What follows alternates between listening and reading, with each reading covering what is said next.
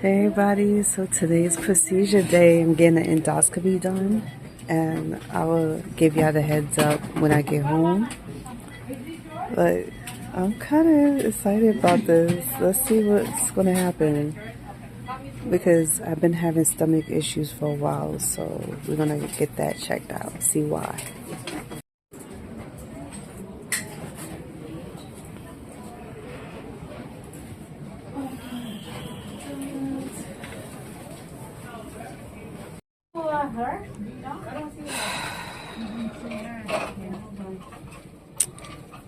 I'm still in the hospital. I've been here since 9 this morning. Was started out as an endoscopy. What's your name? Was started out as an endoscopy, ended up being a hospital visit. I'll update you all tonight. Hey y'all, so there's a message I'm hoping to reach some peoples. I don't always reach a lot of peoples, and that's fine by me, but if I could reach just a small amount of peoples that's willing to listen, then I know I did my job for the day. But let me tell y'all this.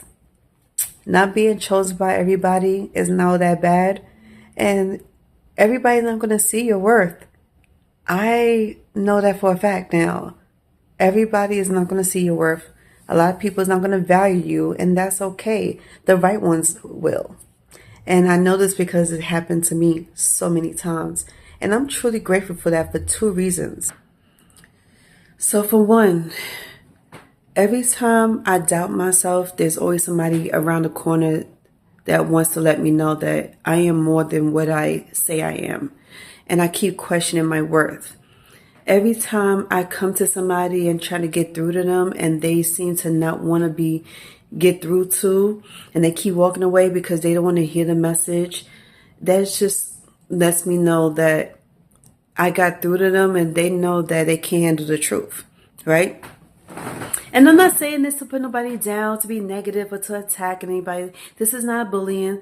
This is more of a you live and you learn type thing.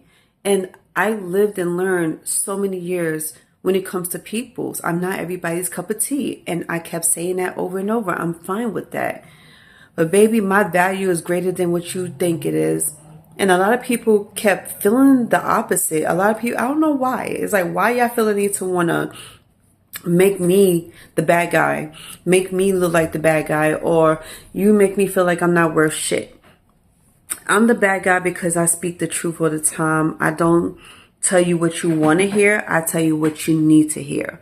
Just like I always tell people, if me and you're going to be best friends, or we're going to be family, or we're going to be, partners in a relationship, I need you to talk to me with all honesty. Don't tell me what I want to hear to make me feel good because you think that will make me feel good. Tell me what I need to hear because sometimes I need to know the truth, because if I keep doubting myself, I'm going to need you to spit some real shit to me. And I'm the truth teller game. I love telling the truth. And one day I noticed that not one, but two peoples showed me that I was not worth their time, right? For some reason, one person judged me the wrong way, and I made a video about this about 2 or 3 months ago, and the other one didn't see my value because I'm 20 years his junior, and he feel like because I'm 30 something years old and he's 60 or whatever, 20, 60, whatever, 30, whatever, he feel like I wasn't worth the energy, I wasn't worth anything. And I was like, well, the only reason I'm not going to take that as an offense because, sweetie, you're not the only person in this world.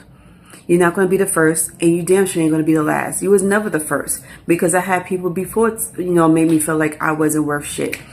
But, sweetie, just because you don't see my value doesn't mean the next person won't. And the moment somebody showed me that I was worth it and I was valuable was when they spoke the truth to me. They told me how they feel about me.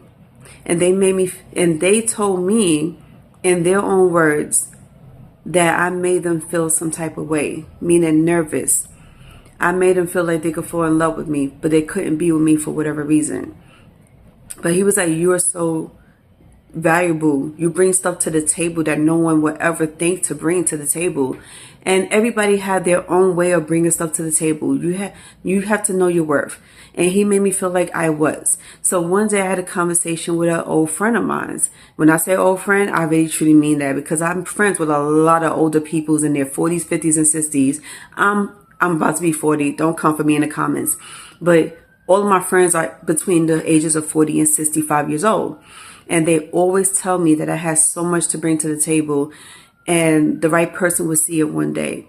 Just like the right group of peoples that is meant to be in your life will be in your life and see your true self, see what you are worth, and they will always treat you like you are what you are. You are a gift. You are a very valuable person in your life. Don't let other people's perception be your, truth. And don't make yourself or punish yourself because somebody don't want to see your worth and your value. A lot of people's going to always try to put you down, be negative. Don't do that to yourself. And I learned the hard way. I value myself more than ever.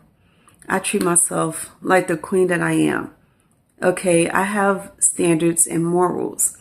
And when I show this to peoples, a lot of people get upset. They walk away, and then other peoples respect that, and they stay right here in my presence, and they always make me feel like I'm worth it. And those are the peoples that I rather let stick around than the ones that is my haters, the ones that don't want to see my worth. And this is not because I want to be your girlfriend. This is because it's about time that I get the respect that I deserve. Because I've been giving respect to everybody all my life that didn't deserve it, and I gave the wrong type of people all my love, and that goes for anybody. But now I stopped that. So know your worth, know your value, and understand the fact just because somebody don't see your value doesn't mean you're not valuable. You are. It's just the wrong people's seen it and didn't appreciate it, but the right ones will. Yo, happy Sunday, y'all. But I need to send y'all a little message. Let me tell y'all what just happened to me. I just realized. So I'm not going to mention no names, as y'all always hear me say. Every video I make, I don't mention not everybody's names. But let me tell you let me give you a story time about how a former classmate of mine, who I thought was my friend, turned out not to be. This dude, she tried to curse me. Let me tell you this. Never accept gifts from anybody who has hidden intentions for you. Negative, hidden intentions and motives. So, a couple of months ago, in the fall of last year, I was in the worst mood ever. I was back and forth in the hospital. I was constantly getting sick. I took a day off of school because nobody knew at the time that I got into a huge argument and fight. Well, you could say fight with my ex. Me and my ex used to go to the same school, and we was in the same class in psychology. And around the time I was fighting with my ex, this girl I was friends with, I thought I could trust her. I thought she had my back. I had a bad week. One day when we met up for class that morning, she gave me a bracelet. And I thought the bracelet was beautiful. It was nice. It was red and black. It was my favorite colors. And she was like, oh, here's a bracelet for you, to cheer you up. And I was like, okay, this is sweet. Out of the kindness of her heart, she gave me a bracelet. But then, a couple of days after that, this is the beginning of October. Me and him had an argument.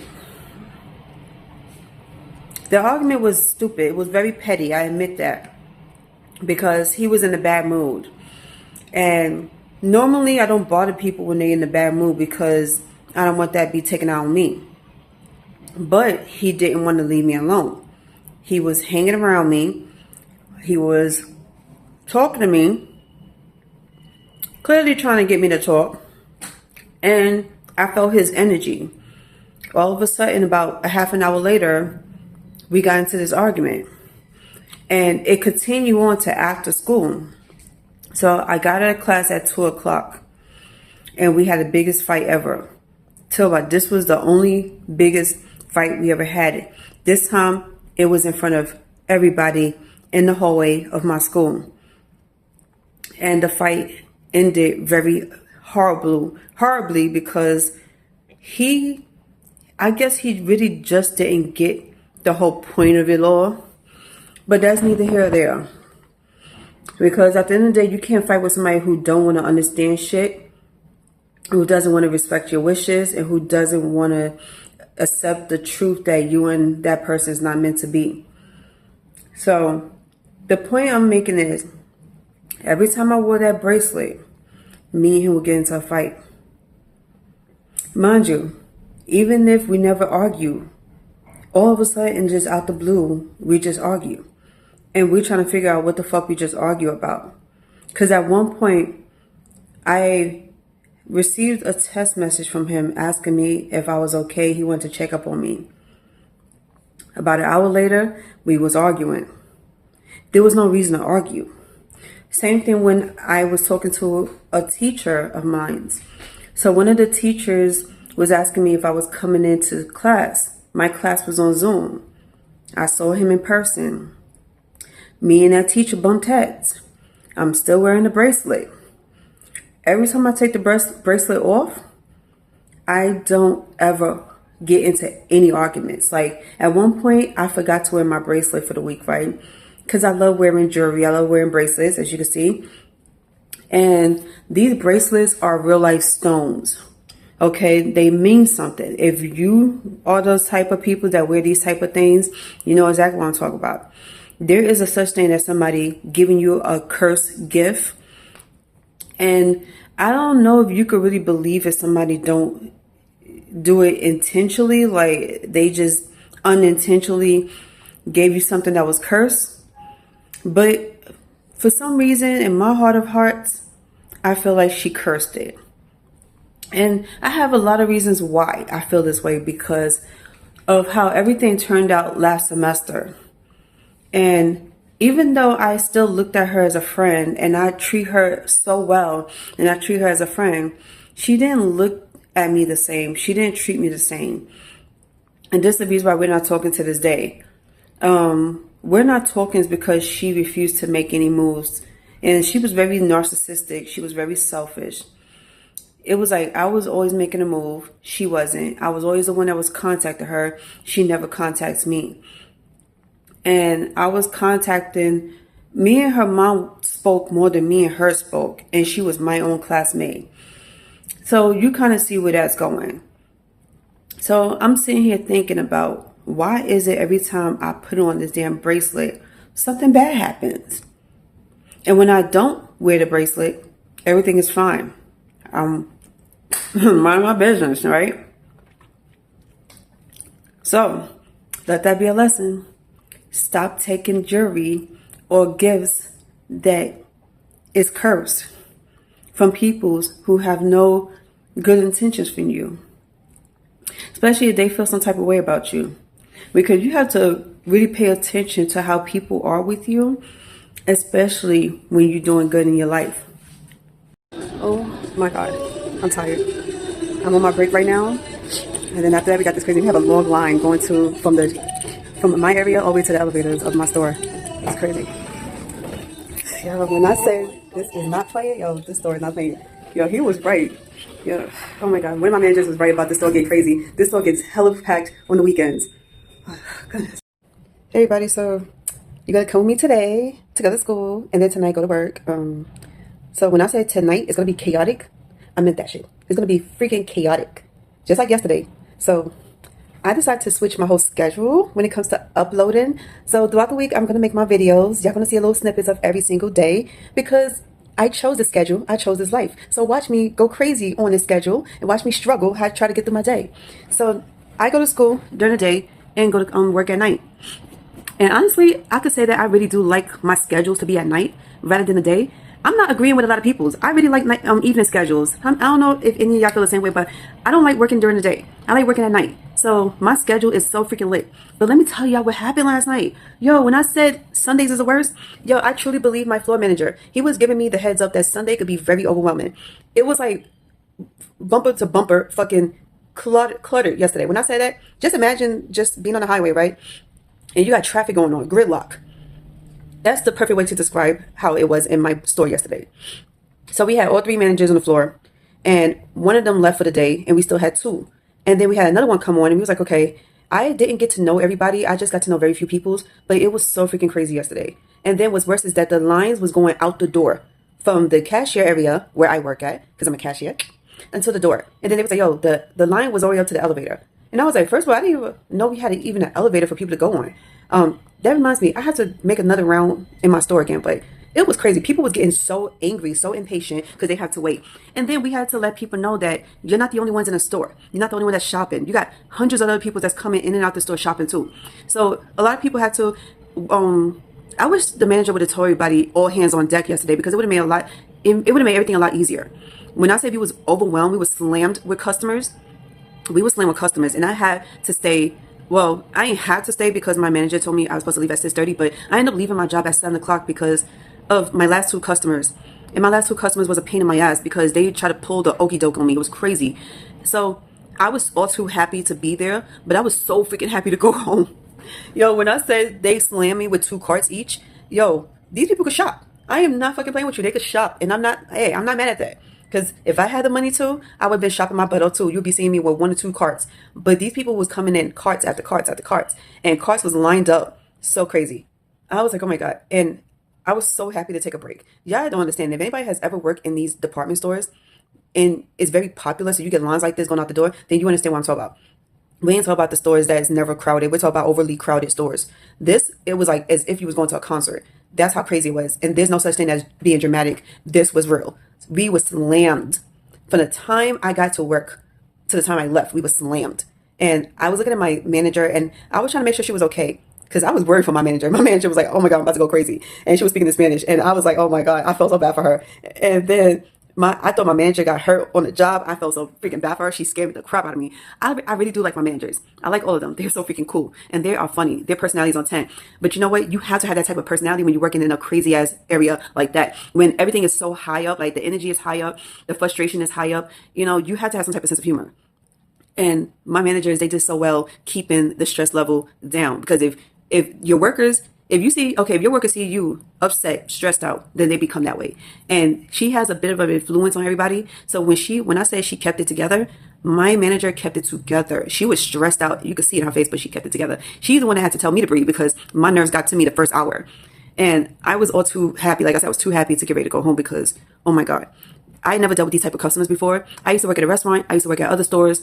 And even with the other department stores I used to work in back in 2022, I was not this stressed. I haven't dealt with those type of customers. Now, I used to work in an all-women's store back in 2022. So the stress level was nowhere near high. It was more of this was a challenging type thing, a good challenge, because not only that the manager let us compete with each other, but we had to get some sales up. It's like, yes, we are competing, but we had to get those sales up. Every day we had a sales goal and we exceeded every day. So yeah. When I say that this is another challenge that I'm willing to take on, it's another challenge I'm willing to take on. And I do like the store. So far, so good. That was my second day working there. And I'm looking forward to working there tonight. And I got to work there on Friday. Now, for some reason, I'm starting to see the difference. Like, here's another thing. Working on the weekends is way different than working on the weekdays. I say it is a lot more challenging on the weekend. On the weekdays, it's fine because not everybody's in the store. It's like you get 50% more of women in the store on the weekends than you do on the weekdays. I don't know, it's because of school, work, whatever the case is, but I noticed that it wasn't that crazy. So yeah, had fun. And second time trying, kind of nervous. But I swear to y'all, I can't show much in the store because it's my job, but y'all seen a little bit of what I'm going through. If y'all didn't see it, then I'll show it again tonight. But yeah, when it comes to my job, my workplace, I cannot show much. Y'all already know where I'm working at based on the lanyard that's around my neck. But y'all know how it is. I can't show much out of respect for my company. But other than that, I'm having a good time, really. I am. I'm enjoying my coworkers. I really like my coworkers. Like I said, there's only 2 guys working as a cashier, but majority of cashiers are women. They all are beautiful. They all are nice. I got to know 2 set of different groups of cashiers, and they're really cool with it. They're really cool, and they're very young. They're so cool. But yeah, y'all come with me tonight.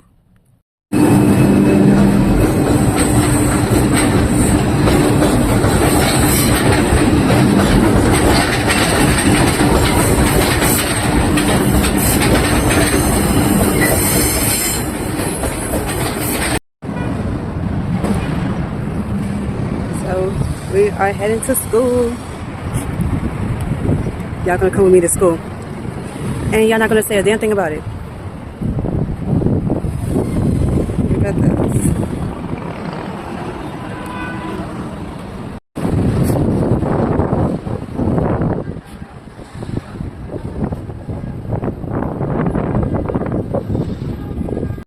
Hey everybody, so I have some good news to tell y'all, and I hope y'all could be there to support me because your girl is about to become a celebrity. Yes, look, for a long time I kept this to myself because I didn't want nobody to spoil this for me, because you know how them haters are. You got a lot of naysayers that feels like everything you've been blessed with is either you got it through somebody or you had to do something wicked to get to it. But not me. I've been blessed with the opportunity to compete with others in this show called Favorite Chef with Carla Hall. Yes, your celebrity chef from the Chew, Carla Hall. As we go on these rounds, we tell more about ourselves, we send pictures, and we are offered the opportunity to win. So winner gets $25,000 and a picture in the magazine with her, and you get to cook with her as well. And it's like, why wouldn't you want to do this? This is amazing. There's so much opportunities out here that's waiting for me, and I'm like about ready to snatch it up. So one thing I love, if y'all didn't realize, is cooking. So I put myself in this competition in hopes to win. And if I do win, you know, let's pray to God, because your vote counts too. So voting starts at 10 o'clock a.m., I think it is, June 1st. So please, I'm going to put the link down below so y'all could vote for me.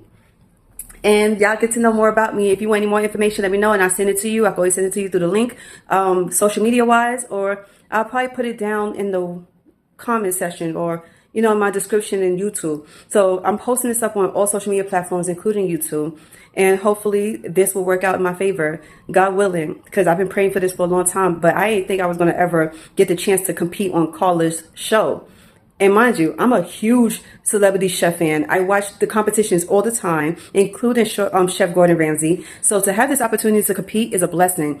And like I said, it took me a while to get the courage to tell y'all this because, one, I don't like spilling the beans before anything happens because, you know, you're basically, you know, jinxing yourself, but it's really happening. It's real. And I'm so excited and blessed to have this opportunity. So while I was in school, sorry, somebody was interrupting me. So while I was in school, I was talking to my student advocate, and me and her was talking about this and how great the opportunities go. But not only that, she hooked me up with more opportunities. So let me tell y'all this, and we got to sit down for this because I'm way too excited about this. Hold on. So if y'all could hear me, let me know in the comments. But your girl just got hooked up.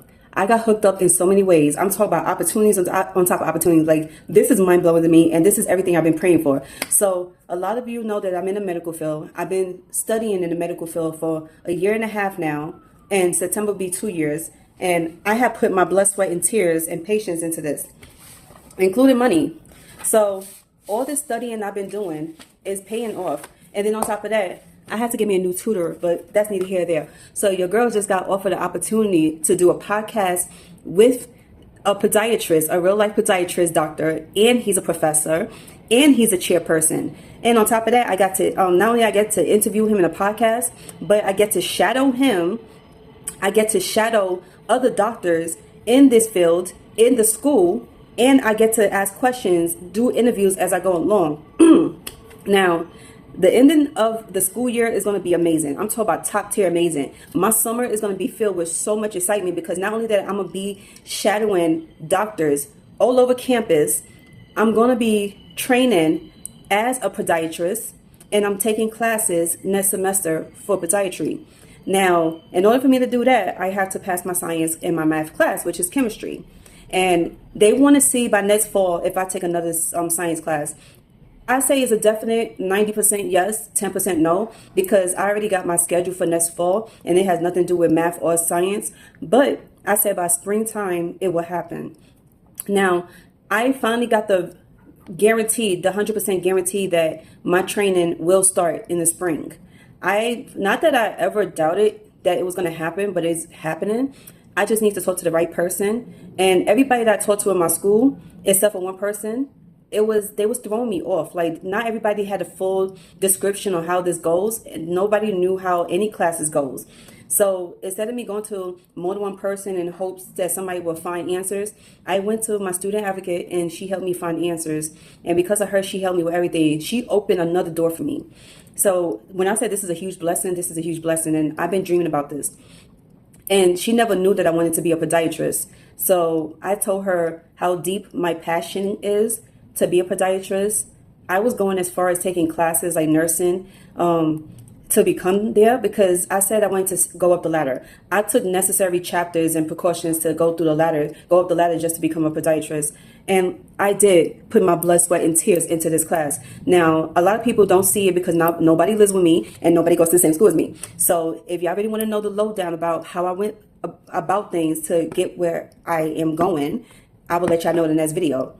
But other than that, everything was going great. I took the necessary precautions to secure my place because a lot of people was a bunch of naysayers, and I prayed to the gods for months. I'm talking about for the last 6 to 8 months. I was praying that somebody that was very well educated on this type of stuff would come into my lane and actually speak to me about becoming a podiatrist and to take the necessary classes.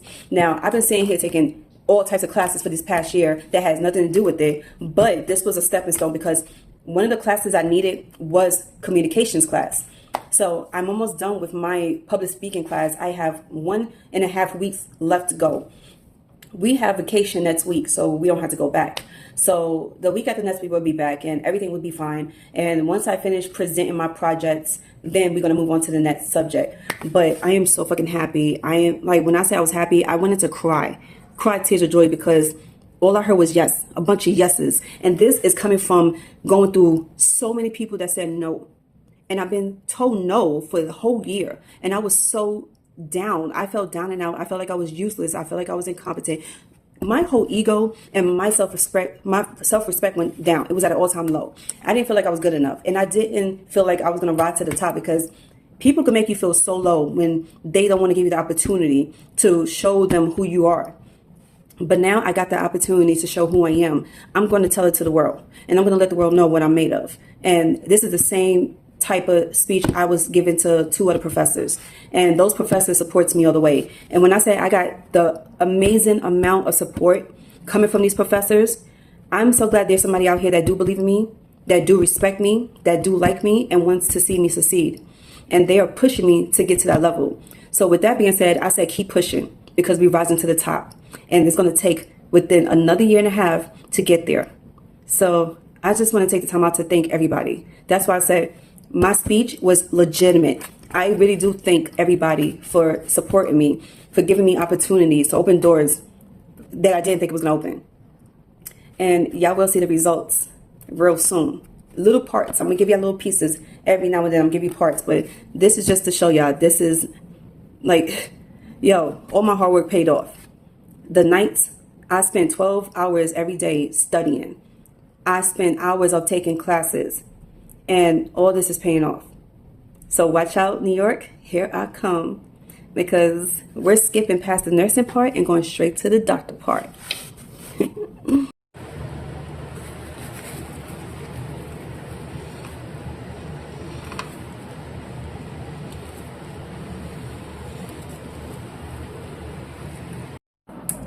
Hey boys and girls, so should I or should I not bust your bubble when I say that corona doesn't come from food, but it comes from your body fluids? Your bodily fluids, it's what starts corona viruses, and not foods. You could get food poisoning from bad foods. You could get sick from something you never ate before and this is your first time eating, but corona? Boys and girls, please do your medical work. Do your medical homework. And I'm not saying this because I am a nursing student.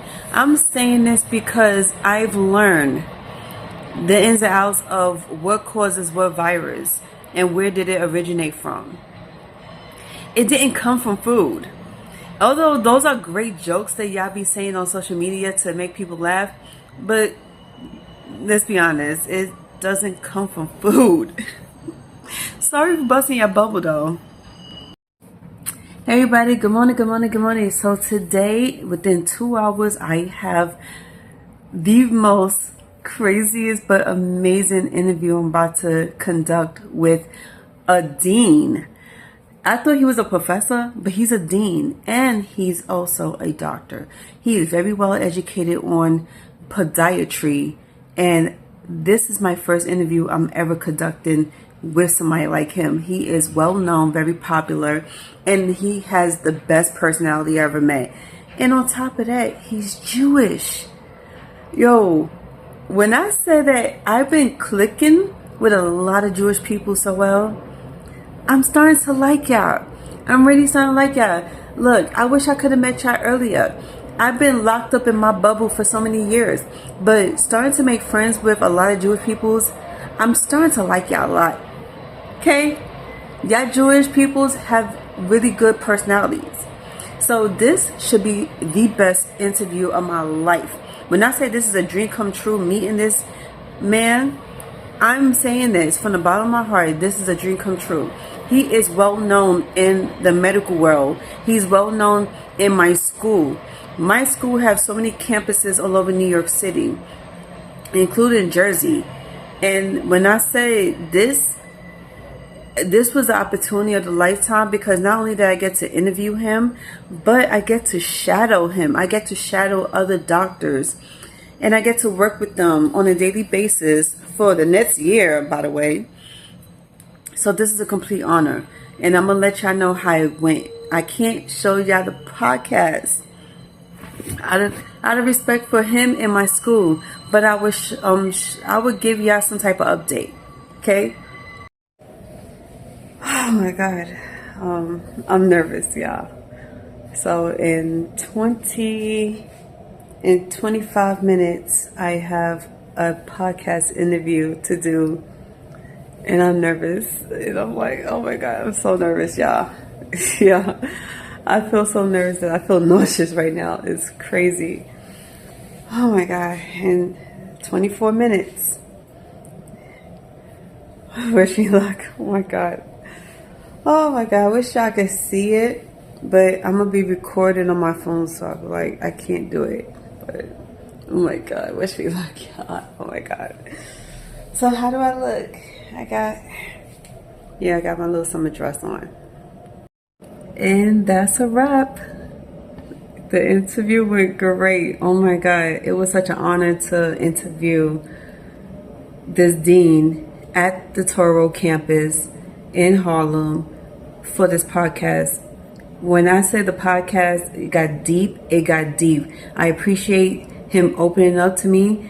There was some deep moments, and then there were some funny moments. Of course, I had to open with a funny line about podiatry and foot, but most of all, I wanted to do this with the sole purpose of spreading awareness out to everybody about these type of fields, and that we need more medical peoples. Like, we need people to start working in the medical field. When I say it's so understaffed for nursing and for doctors all over New York State, I realize with every clinic and hospital I've been to in the last 6 months, I realized they are very understaffed and it's very stressful. Some people fall into severe stress and depression because they don't know how to respond to the underwhelming of everything. Some people are very overwhelmed with stuff because they are 4 patients per nurse.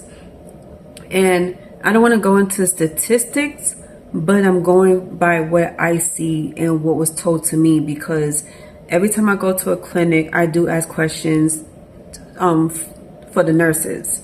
And my main issue is that nurses are so stressed out, so they are starting to experience burnout, and it's getting to the point where people starting to give up and want to quit. So a lot of people out here might give advice like, please don't give up on us. We need you. Keep trying harder. Try to encourage your friends and family to want to become a part of the medical world, because I had never seen something so severe in my life than this. I went to St. Barnabas Hospital. I went to Presbyterian. I went to Mount Sinai. I went to both Montefiore hospitals in the Bronx, Mount Moses and Einstein Yeshiva. Everybody don't see what I'm seeing because people are not understanding that this is very important. So to continue to spread the awareness, we need to continue to bring the message, send the message to everybody out here. If you are in the medical field, whether you're in school or you already done with school and you're trying to become a CNA, a RN, a doctor, whatever the case is, please give so much back. Please give your help, your time, your patience. This is what they need. And if you don't want to listen to me and take my advice, then please listen to these people out here that's overwhelmed with so much, because it's very unfair in the medical field for nurses to have over 4 to 5 patients in these hospitals and having to keep up with them. And then more gets put on you because somebody want to call out, or somebody got sick, or somebody got hurt, so you got to cover their shifts. Everything is so unpredictable, and you can't get upset with people having to call out for, serious reasons. Now, I understand some people don't want to work because some people are not made to be nurses, but for the ones that are, when we say that we need your help, they need your help. They need your help entirely, because every second of the day somebody is dying, and every second of the day people is like more and more severe traumas is coming through these centers, and you barely get enough nurses to pay attention to any of them. So it's like nurses have to jump from one patient to another, back and forth, trying to take care of 2 at the same time. And I'm starting to see it from being in these hospitals that could be very overwhelming. That was another reason why that I wanted to become a nurse. And I had my list of reasons why I wanted to be in the medical field. Like I said, all my life I was the friend to take care of everybody. I was always trying to help out and just get rid of the stress any way I can. And some people didn't like that. Some people didn't understand that. Everybody, like, overall, you get a lot of people that's confused about people like me. So to get a good understanding as to why people like me exist is because we're made to help. We're put on this earth to do God's duty, to do God's will, however you say it. Some of us was made to feed peoples. Others was made to take care of peoples. And then you got people that was made to be superstars. But superstars also comes in scrubs, come in a teacher's uniform, comes, as a mom. So I hope this helps, me doing my part by spreading awareness, but we do need people to help. And I can't even stress this enough how important it is.